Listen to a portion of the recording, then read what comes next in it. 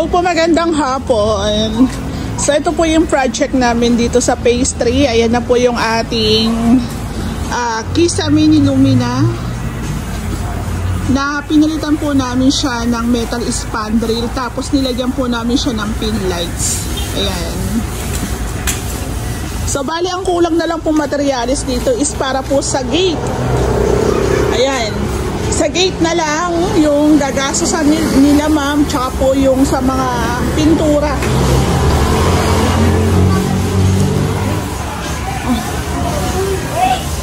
So dito po sa front extension, naka metal spandrel din po tayo, pero ito po is light brown naman.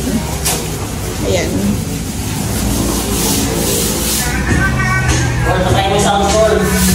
Ano mo? So, dito po sa loob, ito na po yung update natin. Pasensya na po, medyo makalat pa, gawa ng lahat po ng mga gamit-gamit is binaba. Ayan. Tapos, recap lang po tayo kasi ito po, dati yung pinto nandito. Since dito po ang placement o location po ng TV console nila, ma'am, inurong po namin doon yung ating pinto. Kasi ayaw po nila dito ilagay sa ilalim ng hagdan. So, siguro dito na lang nila ilalagay yung kanilang sopa, nakasandal. Maganda naman talaga nakasandal yung ating sopa set. So, kung mapapansin nyo, meron na po yan pintura. Bridal white po dito. Ayan, bridal white po ang pintura natin dito. Babataas na po yan. So, dito po sa ating TV console, sa pinaka-design po ni ma'am, yung pinaka-shelves po, nandito sa kabilang side. Kasi magkakaroon po kasi ng conflict. Kaya pinalipat po namin dito. Actually, nagtanong po kami kay ma'am na kung pwedeng ilipat. So, sabi kasi ng may-ari dito, kayo naman ma'am nakakaalam, kayo na pong bahala. So, mas maganda yung ganon. Kasi kami na-explain naman po namin kung magkakaroon ng problema or hindi. So, pinag-iisipan din ng may-ari. So, dito yung shelves, dyan yung TV nila. Tapos doon po, may kwarto po kasi doon. Kaya, ang mangyayari dyan sa pinto natin, hidden door po. Hidden door na gagamitan po natin siya ng fluted panels. Ayan. So, doon ma'am sa pinadala mo sa akin budget, medyo abono na naman ako ulit kasi halos kinokompleto ko na po lahat ng materyales. Tapos, eto nga po pala ma'am, yung mga cabinets natin, kailangan namin magdagdag ng materyales para po sa ating kitchen cabinets. Ayan. So, tinatapos na lang po yung pagtatiles dito sa ating kitchen area. Ito naman po yung gagawa ni Ray ng cabinets. So, ayan, meron tayong TV console. Dito po sa room nila, ma'am, meron tayong built-in cabinet. Ayan. Ito po yung itsura ng ating built-in cabinet. Ang gusto kasi ng may-ari, isang pagawaan na lang. Actually, yung mga woodworks dito, additional po yan. Additional. Except lang po yung sa kitchen cabinets. So, eto guys, ganito po ang itsura ng cabinets ni Ray. Ayan, si Ray po nag-assemble niyan. Tapos, ang team na pong bahala magmasilya, magpintura. So, yun din po yung kagandahan na meron na rin po tayong ipapagawang mga cabinets. Kasi malaking bagay na rin na nakapix na eh. Kumbaga, andyan na. Kumbaga, lilipatan mo na lang din talaga. So, dito po, mabubuksan pa naman yan. Sakto pa naman yung pinaka-bed nila, ma'am. Discount na lang nila. Ayan. So, I think kasya-kasya pa rin naman po yan. So, bali, ito po is tatlong pinto po ito ng ating cabinet. Ayan, minamasilyahan na. Preparasyon na rin po yan sa pagpipintura. So, ito po, additional po yan. Pati rin po yung ating study table na design din nila ma'am na sinend sa akin. Pasensya na medyo makalat. Ayan, bali ito po is sinend lang din na design. Additional din po yan. So ito, matatansya na ni Ray kung ilang pang plywood ang magagamit. So ito guys, ulitin ko lang, sa amin po kasi instead na pintura pa ang gamitin namin sa kitchen area, tiles na lang po. Ayan, tiles. So yung pinaka tawag dito, backsplash, countertop, 60 by 120 po yan. Parehas na lang po yan dito sa ating bar counter. Tapos the rest po ng tiles is 30 by 60. Ayan. Pwede na? Oo, sige, sabihan ko.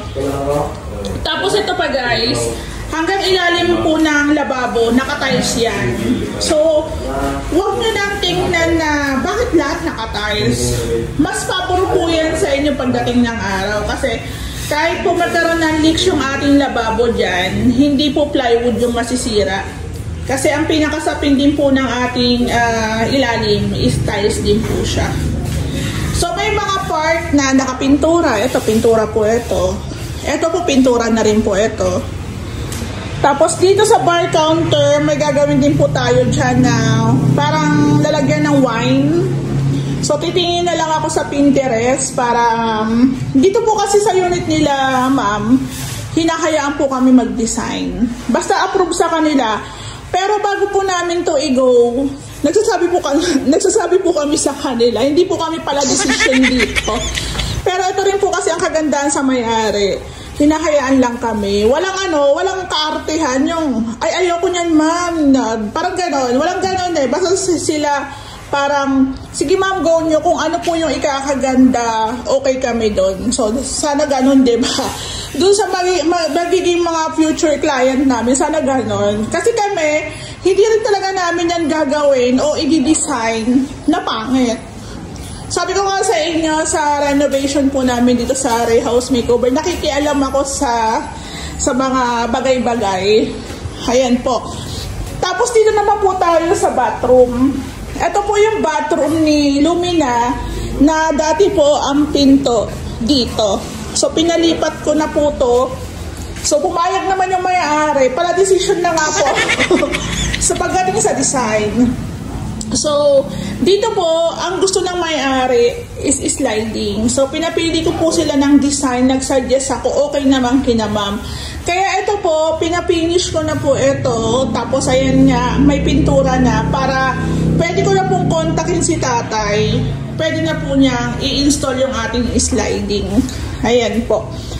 So, dito, nakatiles po to lahat. So, dito po, nakatiles po to lahat. Ayan. Nakatiles din po yan lahat. So, ito guys, yung pinaka-toilet bowl, kay Lumina pa yan. Hindi pa namin yan ini-install. Hindi pa ini-install ng tile setter ko yan hanggang hindi pa namin ito na-turn over. Ibig ko pa sabihin, yung mga team ko na nag-i-stay in dito, meron silang may magagamit silang bathroom. Pero yung binili ko pong toilet bowl, hindi pa po yun na ikakabit. Ayan. So, ito po, luma na yan, papalitan. Ayan po. So, ito po yung itsura. Naka-full tiles po yan. Tapos, doon po yung shower area. Naglagay din po kami ng niche. Tsaka, PVC panels din po tayo dito. Meron tayong exhaust fan. Wala pa kaming ilaw para sa bathroom. Bibilihan ko na lang. Tsaka dito. Ayan. So, ito yung kanilang lavatory. Meron din po akong pinagawang cabinet sa ilalim po ng lavatory. Ayan, ipapakabit ko na lang din kay tatay. So, ang bathroom po natin is 120 by 180. Ayan. Usually sa mga pa-housing, parang ganito lang din talaga ang pinaka-standard nilang sukat. 120 by 180. Ayan. So, abangan nyo. Ayan o, diba? May pintura na po yung ating unit. So, naka-cove ceiling din po tayo dito. Yung ilaw nila, sila man po ang pumili niyan. So mapapansin niyo yung PVC panels natin, may guhit. Alikabok po yan. Hindi po yung bakat ng metal parings. Alikabok po yan. Tingnan nyo, pag na-turnover po namin to, mawawala po yan pag nalinisan. So dito sa pinaka-landing natin, kung mapapansin nyo, maganda siya. So pwede natin siyang lagyan ng altar o kaya mga picture frames, di ba? Ayan. So, dito sa taas, hindi na po ako aakyat kasi ayan, nagpipintura na, oh. So, nilagyan ng sapin. So, ito nga po pala, bridal white po ito ng Davis. May-ari din po ang pumili ng kulay, syempre. So, suggest lang tayo, pero sila pa rin po ang final decision. Ayun, ang ganda na. So, bali, ito po yung update natin. Kung gusto nyo pong makita yung ating finished project, finished renovation, ayan, follow lang po kayo para masundan nyo po yung ating renovation